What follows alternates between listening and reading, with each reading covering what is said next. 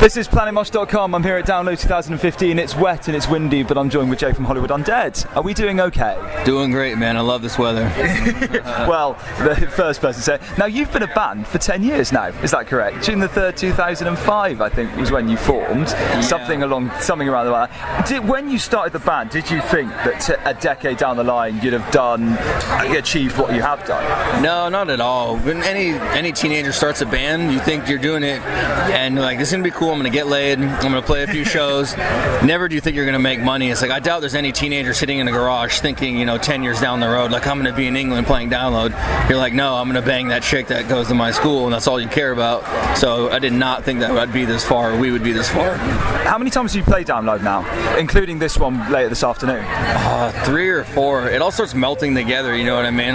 Every time I come to England, I take like 30 ciders to my head, so I think it's 3 or 4. Have you played the main stage before? Every time we play the main stage. Oh, every time? But it's cool because every time we come, we're a little higher, a little higher, a little higher, so that's cool. Do you prefer playing kind of like outdoors to all those people, or do you like the intimacy of maybe an indoor venue with a tent, or is it too different to really compare?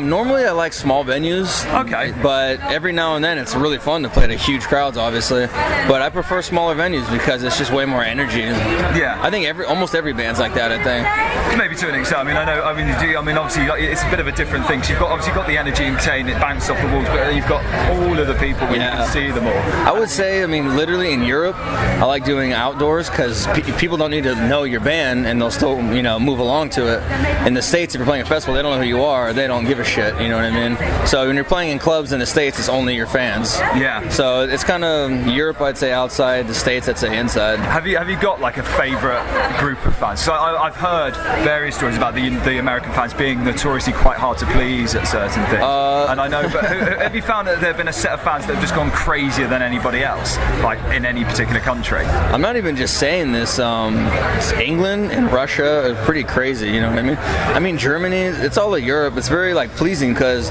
it kind of is. American fans are harder to please, you know what I mean? There's certain cities that go crazy, but not like Europe does, you know what I mean? But English people and Russian people are pretty fucking crazy. Cool.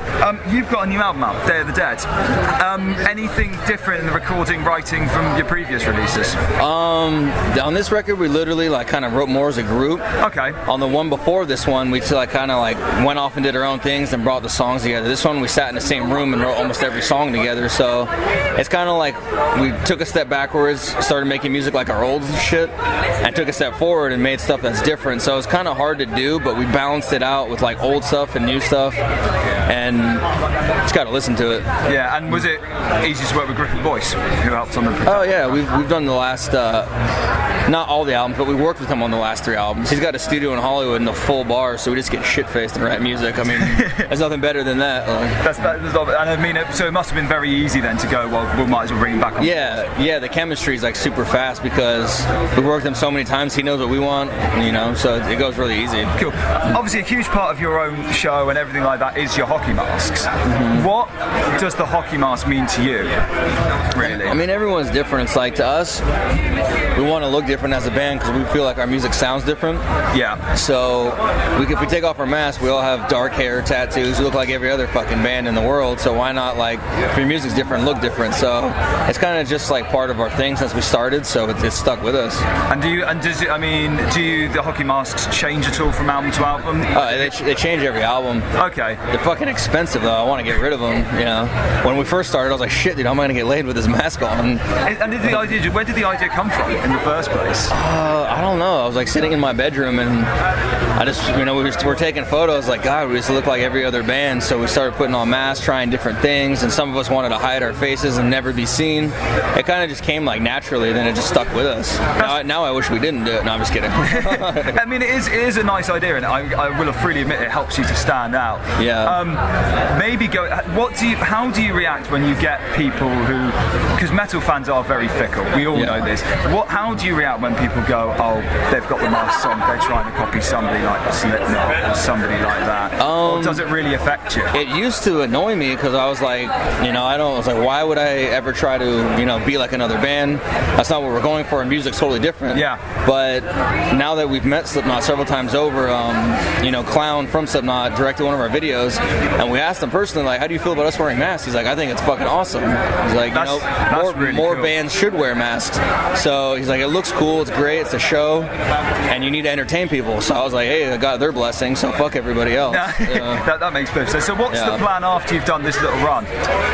We go back to America, then we go to like Russia. When we go to like 2-month break, then we go back to Russia and Budapest. We come back to the UK and Europe in I think like February or something like that. So you've got a headline tour coming over here? Yeah. At some point in the new year? Sometime early New Year, yeah. Okay. We're going to be over here a lot. Okay, fair enough. Final thing, a little bit of fun. Give me a number between 1 and 10 and I'll give you your final question. 69. Oh,